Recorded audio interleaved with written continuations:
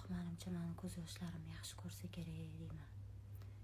O'shaning uchun ham menga katta bir sabr berib, o'shanga yarasha har safar sinov beradi-da.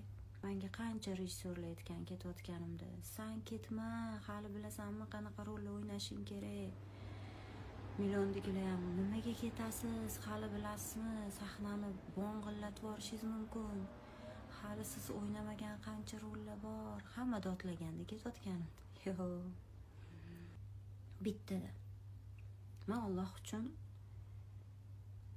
oxiratim uchun ketgan qizmanda. O'shaning uchun menga men orqamdan mashhur bo'lishsin odamlar. Alloh taolo shunchalik fayzli, shunchalik barakali qilib qo'yibdiki, mana hamma gapirib, ahvat yig'ib bir narsalar qilib yotibdi. Menga kerak emas lekin u mashhurlik. Men ko'rib o'sha mashhur bo'lib turgan joyimda ketgan odamman. Men o'sha hech narsani yo'qotishdan qo'rqmayman.